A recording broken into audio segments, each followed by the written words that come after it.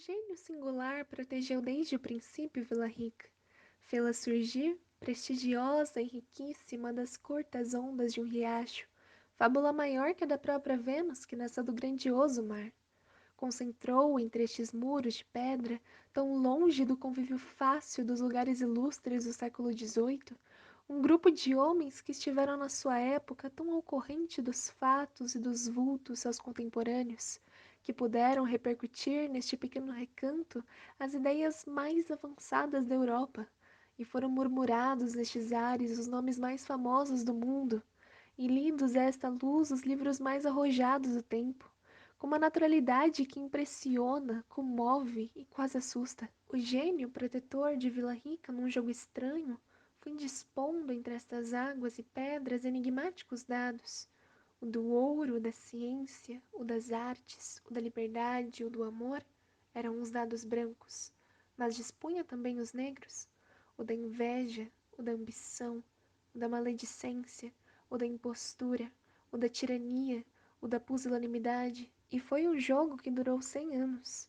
O tempo de nascer e morrer o arraial de Ouro Podre, de se encontrarem aqui homens de todos os pontos cardeais, do Cerro e de Juiz de Fora, de Mariana e do Rio das Mortes, do Rio de Janeiro e de São Paulo, do Porto, de Lisboa, de Leiria, dos Açores, que tinham cada qual uma função a exercer nos singulares acontecimentos ocorridos nestes palácios, nestas casas, ao longo destas ruas, à margem destes rios, dentro destas igrejas. A 200 anos de distância, embora ainda velados muitos pormenores desse fantástico enredo, sente-se a imprescindibilidade daqueles encontros de raças e homens, do nascimento do ouro, da grandeza e decadência das minas, desses gráficos tão bem traçados de ambição que cresce e da humanidade que declina, a imprescindibilidade das lágrimas e exílios, da humilhação do abandono amargo,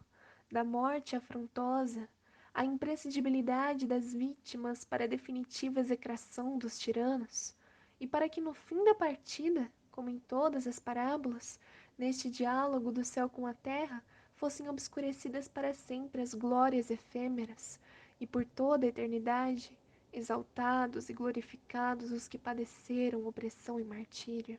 Quando, há cerca de 15 anos, cheguei pela primeira vez a Ouro Preto, o gênio que a protege descerrou como num teatro o véu das recordações, que mais do que a sua bruma envolve estas montanhas e estas casas, e todo o presente emudeceu, como plateia humilde, e os antigos atores tomaram suas posições no palco. Vim com o modesto propósito jornalístico de descrever as comemorações de uma Semana Santa. Porém, os homens de outrora misturaram-se às figuras eternas dos odores, nas vozes dos cânticos e nas palavras sacras, insinuaram-se conversas do vigário Toledo e do cônego Luís Vieira. Diante dos nichos e dos passos brilhou o olhar de donas e donzelas, vestidas de roupas arcaicas com seus perfis inatuais e seus nomes de outras eras. Na procissão dos vivos, caminhava uma procissão de fantasmas. Pelas esquinas estavam rostos obscuros de furriéis, carapinas, boticários, sacristães, costureiras, escravos. E pelas sacadas debruçavam-se aias, crianças, como povo aéreo, a levitar sobre o peso e a densidade do cortejo que serpenteava pelas ladeiras. E assim a minha Semana Santa era aquela que eu estava acompanhando ao longo destas ruas, e era muito mais antiga. Era, na verdade, a última Semana Santa dos Inconfidentes, a do ano de 1789.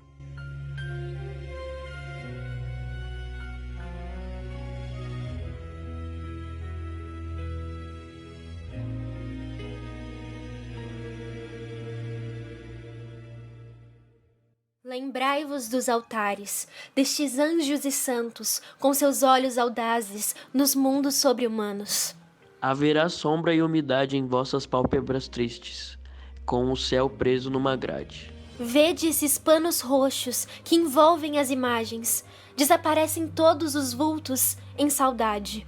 Lutuoso véu de horizonte, aguarda a fria fadiga da vossa pálida fronte. Recordai pelos ares o alvo incenso que sobe. Que diáfana paragem atingirá quem sofre? Os pensamentos mais puros estremecerão fechados por inabaláveis muros. Oh, como é triste a carne, e triste o sangue, e o pranto com que Deus se reparte, incompreendido e manso. Como pedras sem ruído, cairão em vossas rezas por desertos sem ouvido. Pois o amor não é doce, pois o bem não é suave, pois amanhã, como ontem, é amarga liberdade. Não tão surpreendentemente, o caráter de minha viagem histórica a Minas Gerais não era mais apenas jornalístico. Semelhante a qualquer artista, mãe cuidadosa de uma obra, a cada simplório olhar minimamente crítico, formava-se no útero uma e outra ideia, que aos poucos tomava uma feição uniforme. Poesia ainda rascunhada, rabiscada, e não inteiramente completa em formato, mas sim em sentimento, engatinhava lentamente, sentia as dores do crescimento e formava caráter, personalidade, caráter forte, duro e frio, gélido, mas não parado. É possível, bem possível para ser precisa, que o que mantém essa poesia em movimento nada mais seja a memória dos que dia e noite sofreram em silêncio nas vis mãos de Vila Rica, do Rio de Janeiro, tão fortemente, indescritivelmente,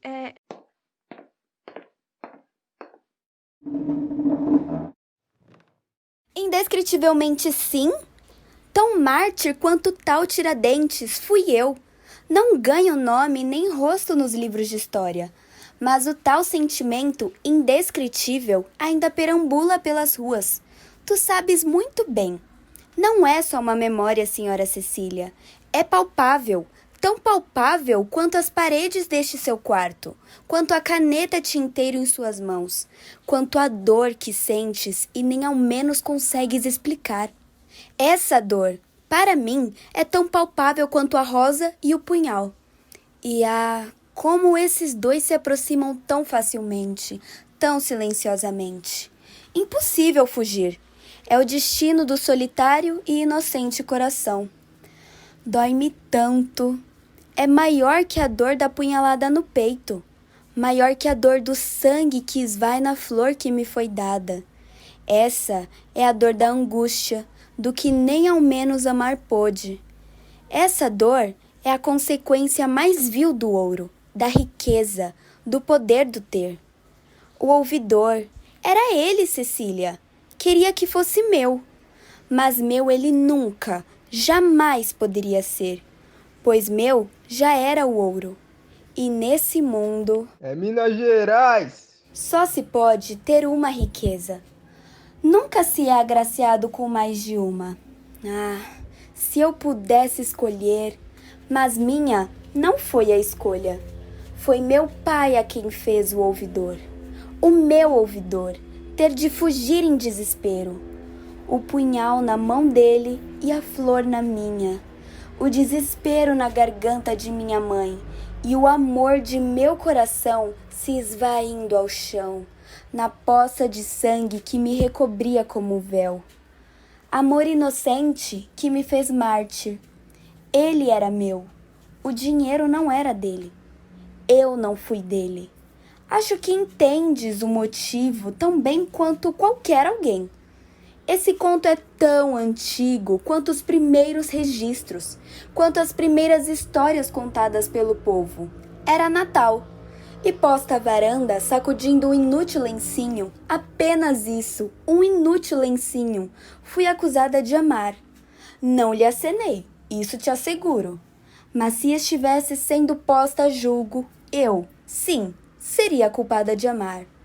E qual é a pena que um sujeito pode pegar simplesmente por amar? Será que a pena aumenta a quem ama quem é menor? Quem não tem?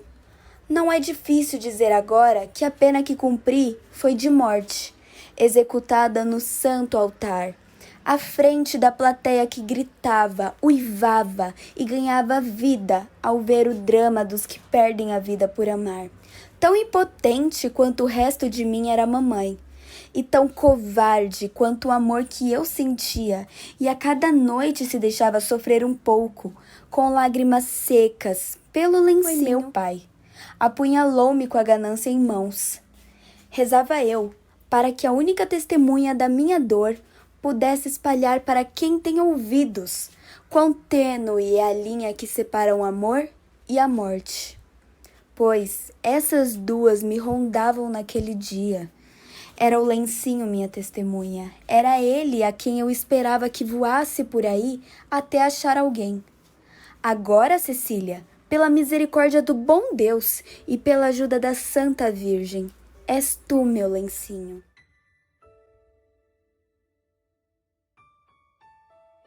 Donzelinha, donzelinha, dos grandes olhos sombrios, teus parentes andam longe, pelas serras, pelos rios, tentando a sorte nas catas, em barrancos já vazios.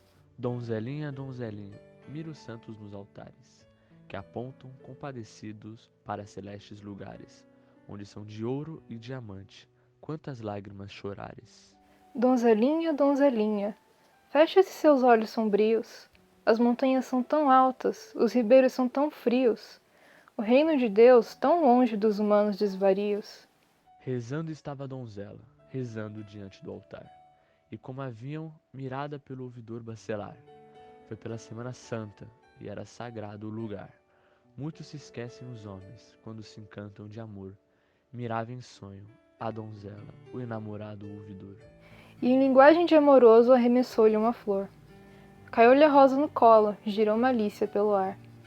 Bem raivoso Felisberto, seu parente, protestar. Era na Semana Santa e estavam diante do altar. Muito formosa era a donzela, e muito formosa era a flor, mas sempre vai desventurar onde formosura for. Vede que punhal rebrilha na mão do contratador. Sobe pela rua a tropa, que já se mandou chamar. E era a saída da igreja, depois do ofício acabar. Vede a mão que há pouco esteve contrita diante do altar.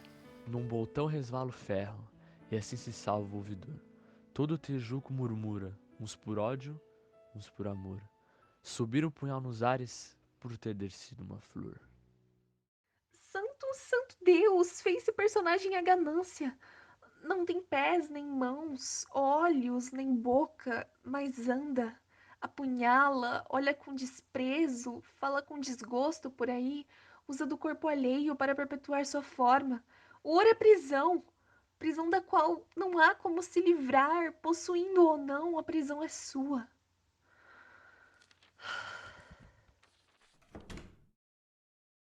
Boas noites, senhora. Disseram-me que é aqui onde uma confidente pode ouvir a dor do que ainda sofre, mesmo morto, do que sofre pelo ouro. Estou no local certo, senhora? Eu acho que sim, senhor. Achas? Não está certa? De qualquer maneira, sentei-me aqui e planejo ficar aqui até relatar o início, meio e fim de uma indescritível jornada, interrompida pelo ouro, pela ganância. Eu sei que és familiar como este conceito.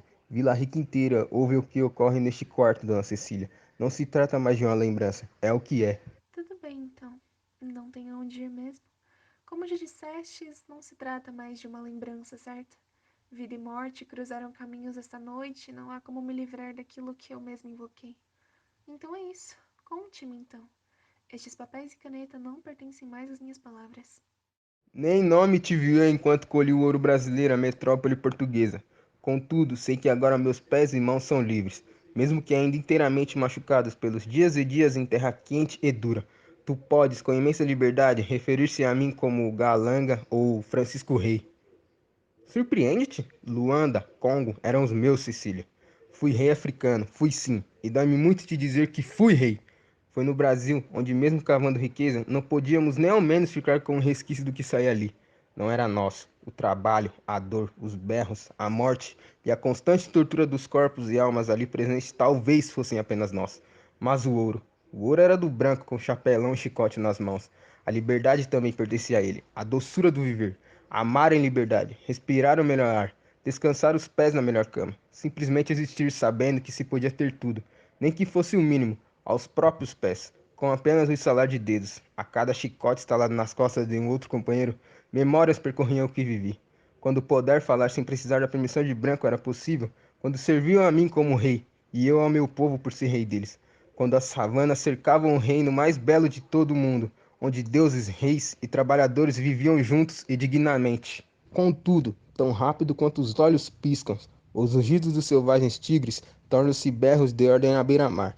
Tudo se torna escuro novamente, não qualquer escuro, mas escuro como o fétido, gélido e asqueroso porão do navio negreiro. A um simples estalar do chicote, minha mente era transportada aos que sofrem em minha terra. Serei rei, sem família, gente roubada pelo português sem compaixão, sem amor, sem empatia a quem quer que seja, a menos que seja alguém igual a cor, em pensamento. Fora isso, que morram todos. Talvez fosse isso, o meu modo de pensar, meu claro descontentamento que fizesse que as desconfianças sobre mim lá em Vila Rica crescessem. É um lugar pútrido, mas graças a meu esforço, minha dor, pude tirar o máximo de gente daquele lugar absolutamente condenável. Meus amigos, meus irmãos, súditos, compatriotas, agora estavam livres, para viverem livres como bem quisessem. Eu, como rei da minha terra, jurei protegê-los, e mesmo fora dali, nas piores condições que existem, cumpri o prometido. Muitas foram as cartas de alforria, muitas foram as lágrimas de felicidade e os rostos sérios de ódio. Tigre está rugindo nas praias do mar. Vamos cavar a terra, povo, entrar pelas águas. O rei pede mais ouro, sempre para Portugal. O trono é de lua, de estrela e de sol. Vamos abrir a lama, povo, remexer cascalho. Guarda na carapinha negra o véu do ouro em pó. Muito longe em Luanda, era bom viver. Bate a enxada comigo, povo, desce pelas grotas. Lá na banda em que corre o Congo, eu também fui rei. Toda a terra é mina, o ouro se abre em flor. Já está livre, meu filho, povo, vinde libertar-nos, que éreis meu príncipe cativo, e ora forro sois. Mais ouro ainda vem buscar. Dobra a cabeça e espera, povo, que este cativeiro já nos escorrega dos ombros, já não pesa mais. Olha a festa armada, é vermelha e azul. Canta e dança agora, meu povo, livres somos todos, louvada a Virgem do Rosário, vestida de luz. Tigre está rugindo nas praias do mar. Hoje, os brancos também, meu povo, são tristes cativos. Virgem do Rosário, deixai-nos descansar em paz. Não seria surpresa nem a mim, nem a ti, que estou sem palavras a dizer. Ora, ironia, uma poeta sem palavras a dizer. Tudo que consigo expressar estão nos rascunhos escritos ao longo desse comovente relato. Volte descansar, majestade. Passou da hora de ires deitar-se, pois o peso da dor e do trabalho não atormentam mais.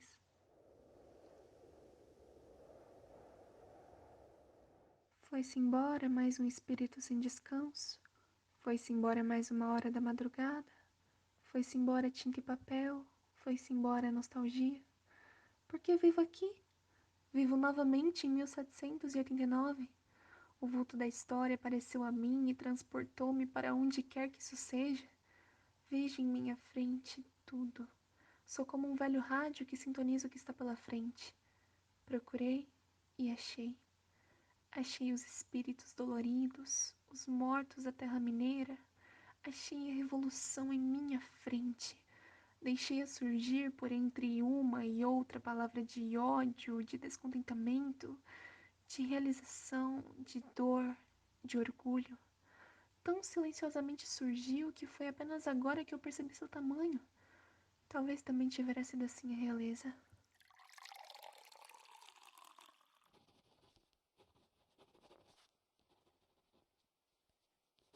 Nem todos foram embora, querida. Mas alguns hão de passar por este quarto antes que deites em sua cama. Inclusive, foi assim mesmo como descreveu. Desculpe-me, mas não entendo. Foi o quê? A inconfidência, horas. Ah, sim.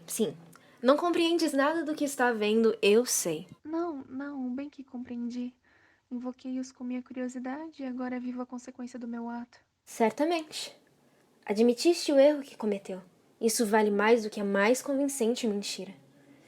Acho que aprendi isso da mais dura forma. Sabes, a mentira é uma faca de dois gumes. Pode ser uma tragédia, significar a perda de confiança em alguém. Mas muitas vezes é uma bênção. Pode acabar livrando-te de maus caminhos. Maus caminhos como... Sim, como o que houve com meu marido, Tomás, Tiradentes e os outros. Mas não foi a mentira que os levou à execução. É verdade, vivi bons anos de minha vida mentindo. mentindo estar envolvida com uma conspiração contra reis e rainhas que não davam a mínima para o próprio povo. Quando o infeliz, maldito Joaquim Silvério dos Reis entregou-os às autoridades, pensei que ia ser o meu fim. Com meu amado Alvarenga encarcerado, não havia muito o que fazer. Por meses era só chorar, chorar e chorar ainda mais. Só que percebi, mesmo que duramente, que o povo precisa não é de uma viúva em constante choro e dor. Não queria que olhassem para mim como a pobre Bárbara Eliodora, viúva solitária e desamparada. O povo precisa de alguém que os lidere, de uma mãe que os ensine e cuide, de uma líder, de alguém que seja uma influência, um modelo a ser seguido. E fui exatamente isso. Vivi até meu último suspiro lutando pelo que é direito do povo, uma líder. Fostes bastante admirada, imagino. Fui sim, disso eu não tenho dúvida alguma. E ainda bem que fui. Poderia acabar com meu corpo cortado e espalhado ao redor do estado. Sabes bem, eu imagino. Para ser honesta, de todo o meu coração, não me arrependo de nada, Cecília. Todo esse sofrimento me tornou santa entre os que lutam pela liberdade, entre as mães sozinhas neste mundo, que não possuem ninguém além dos próprios filhos. Não há nada que substitua o sentimento de sentir-se admirada como eu fui. Há 3 donzelas sentadas, na verde e imensa campina, o arroio que passa perto, com palavra cristalina, ri-se para Policena, beija os dedos de Orbelina, diante da terceira chora, porque é Bárbara Eliodora. Das 3 donzelas sentadas naquela verde campina, ela era a mais excelente. A mais delicada e fina, era o engaste, era a coroa, era a pedra diamantina. Rolaram sobras na terra, como súbita cortina. Partiu-se a estrela da aurora. Dona Bárbara Eliodora. Bom, agradeço o vinho, as boas-vindas e por ouvir-me. Acredite, se fosses homem, deveria ser padre.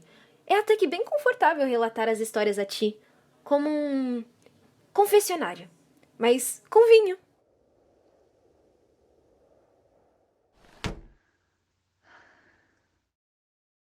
Passou por aqui Bárbara Eliodora, não é? Sei que sim, é fácil perceber. Ouvi dizer que estás ouvindo as confissões dos antepassados desse país. Não sou nenhuma líder, figura histórica, mas também sou musa. Isso posso afirmar muito bem. Certo, então. Quem és tu? Quero saber. Maria Doroteia Joaquina de Seixas, ou Marília de Dirceu. Marília de Dirceu? És tu, então? Deus! Todo e qualquer um quer saber quem fostes. É Simusa, é claro! O vívido amor de Tomás Antônio Gonzaga! Vive do amor. Assim que foi exilado trocou-me por uma tal Juliana Mascarenhas. Em seus poemas, posso até ser o retrato imaculado da moça ingênua apaixonada por um poeta do romantismo. Para ser sincero, até que foi bem assim mesmo. Mas bastou que fosse entregue às autoridades e largou-me. Tudo bem, foi obrigado a ir à África. Mas bem que deveria levar-me junto. Não, deixou-me aqui. Sozinha, só com amor em mãos e poemas românticos na mão dos apaixonados. Isso eu não perdoo. Fui pior que viúva, fui abandonada. O pior de tudo é que chorei como uma viúva. Senti as dores da perda como uma mulher que perde o marido após um acidente repentino.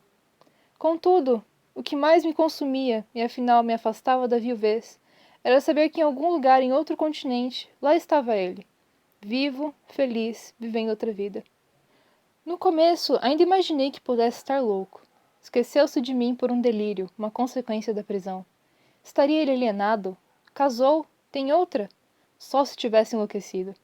Chorei noites e noites esperando aparecer abaixo da varanda, esperando-me com os olhos cheios de afeto. Claramente não aconteceu. Fui apenas mais uma musa esquecida por seu criador. Ao menos no papel ainda sou imaculada, cheia de graça e delicadeza. Ao menos ele não me tirou tudo. Meu caráter ainda está aí, por entre aqueles velhos papéis rascunhados com meu nome.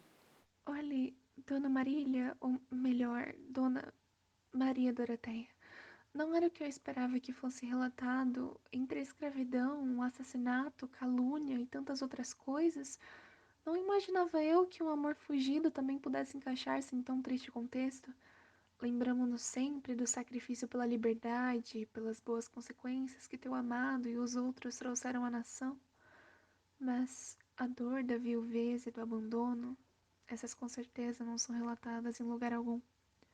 Assim como fui para os outros que passaram por aqui, sou sua confidente. Os papéis e canetas são seus. As palavras serão suas. E tudo que esteve sufocando-te, impedindo-te de descansar, agora se foram para sempre. Sua dor será imortalizada aqui, nesses papéis, como sempre mereceu. Pungia Marília, a bela, negro sonho atormentado.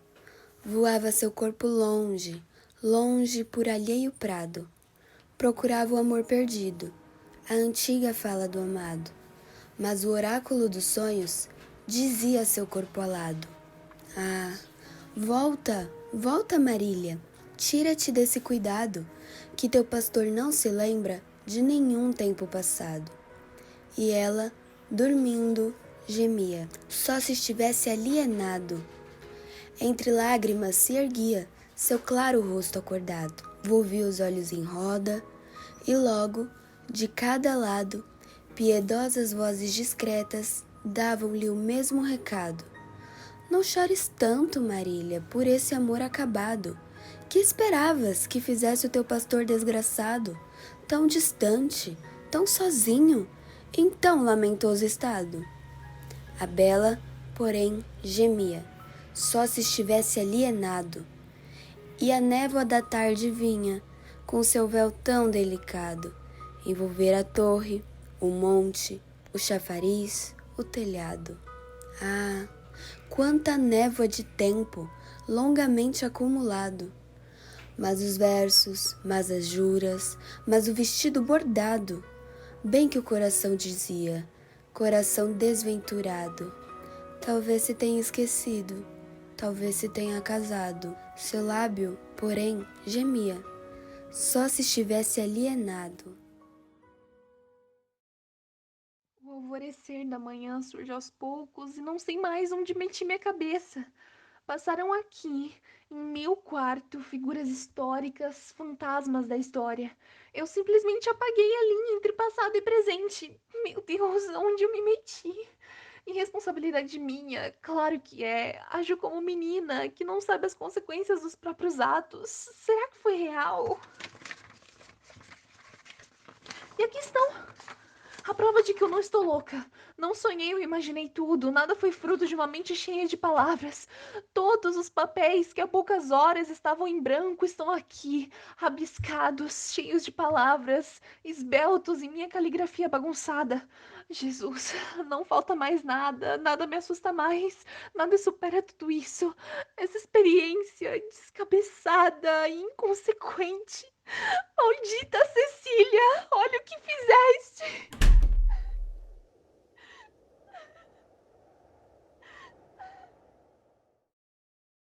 Maria esteve aqui, sinto seu aroma, sei que esteve aqui. Diga você, onde está Maria Doroteia? Me desculpe, senhor, mas acredito que ela já se foi. Foi embora como todos os outros espíritos, eu acho. Por que incomodas a moça? Está claro que não sabe onde Maria Dorotéia está. Não entendo seu comportamento. Deixe-a ir. Por que se lamenta tanto com a perda que cometeste a si mesmo? Acredito que uma perda é melhor do que duas. Perdi a vida, ao menos queria reconquistar o amor que perdi. Está sendo insano, Tomás. E irrealista. Por tudo que é mais sagrado. Apenas foque no que viemos fazer aqui. Senhorita Cecília, certo? Disseram-nos que está ouvindo os mortos, contando a história deles. Desejamos que a nossa também seja contada. Sou a Varenga Peixoto e aqui do meu lado é Tomás Antônio Gonzaga. Acredito que nos conheça. Deus amado, os inconfidentes estão em meu quarto. Quer dizer, seria um prazer ouvir direto dos senhores as próprias histórias, mas o que eu poderia acrescentar? Sabem que o país todo sabe quem são e as próprias histórias, porque saíram do próprio descanso para assombrar alguém que já sabe quem são. Todos já sabem o que houve. Disseram-nos que tens algo que poucos que contam nossas histórias têm. És poeta, assim como eu. Crias imagens em sua cabeça, as transformas em belas canções, sente e escreve aquilo que lhe bem entende. Somos iguais, e é isso que quero que faça. Sinta e escreva. Sabes que lutamos pela liberdade. Sabes que vivemos para ver essa nação ascender como grande, assim como verdadeiramente é. Deixe-se levar por esse belo sentimento que é reviver tudo aquilo que viu e ouviu durante essa noite, que descrevestes agora há pouco como amarga. Seja poeta, seja o que és. Lute por aquilo que acredita. Escreva o que sentes quando se lembra de quem nós somos. Tens o poder de imortalizar-nos, segundo sua própria visão. Faça isso, é o que queremos. É o que Tomás, todos os outros que estiveram aqui, Joaquim e eu queremos. Como assim, Joaquim? Diz Tiradentes? Sim, é claro que sim. Está sempre ao lado daqueles que pensam no que é liberdade. Não é à toa que fora imortalizado, Martim do Brasil, o Jesus Cristo brasileiro, como alguns se referem a ele. Ele é parte de cada brasileiro que luta e ao mínimo pensa no mínimo significado da liberdade. Por favor, senhora Cecília, transforme-nos em amáveis e consoláveis palavras, para que todo aquele que as precise as tenha na palma da mão, sempre que precisar. É o que pedimos, imploramos. Agradeço pela imensa confiança. Não sei ao mínimo como agradecer e. Senhora Cecília? Já deu-se a hora para os afazeres e tudo o que planejou. Desculpe, mas com quem tanto falava? Ouvimos a noite toda sua voz, falando e falando. Com quem tanto falava? Ah, desculpe-me. Deveria ter sido rádio. Não falava com ninguém. Obrigada, senhorita. Por favor, volte ao que estava fazendo. Já estou de pé. Enquanto a empregada do hotel surgiu à porta, os inconfidentes haviam sumido. Tão simplesmente sumido quanto como surgiram. Entretanto, suas fortes palavras encravaram em minha mente e não havia santo milagreiro que as tirassem dali. Enquanto dentro de uma escura e histórica igreja mineira, escrevi os versos que homenageiam os mesmos homens que lutaram pelo que hoje somos, livres. Treva da noite, lanosa capa nos ombros curvos, dos altos montes aglomerados. Agora, tudo jaz em silêncio. Amor, inveja, ódio, inocência, no imenso tempo se estão lavando. O grosso cascalho da humana vida, negros orgulhos, ingênua audácia, e fingimentos e covardias, vão dando voltas no imenso tempo, a água implacável do tempo imenso rodando soltos, com sua rude miséria exposta. Parada a noite, suspensa em bruma, não se avistam os fundos leitos, mas no horizonte, do que a memória da eternidade, referve o embate de antigas horas, de antigos fatos, de homens antigos. E aqui ficamos, todos contritos, a ouvir na névoa o desconforme, submerso o curso dessa torrente do purgatório. Quais os que tombam em crime exaustos? Quais os que sobem, purificados?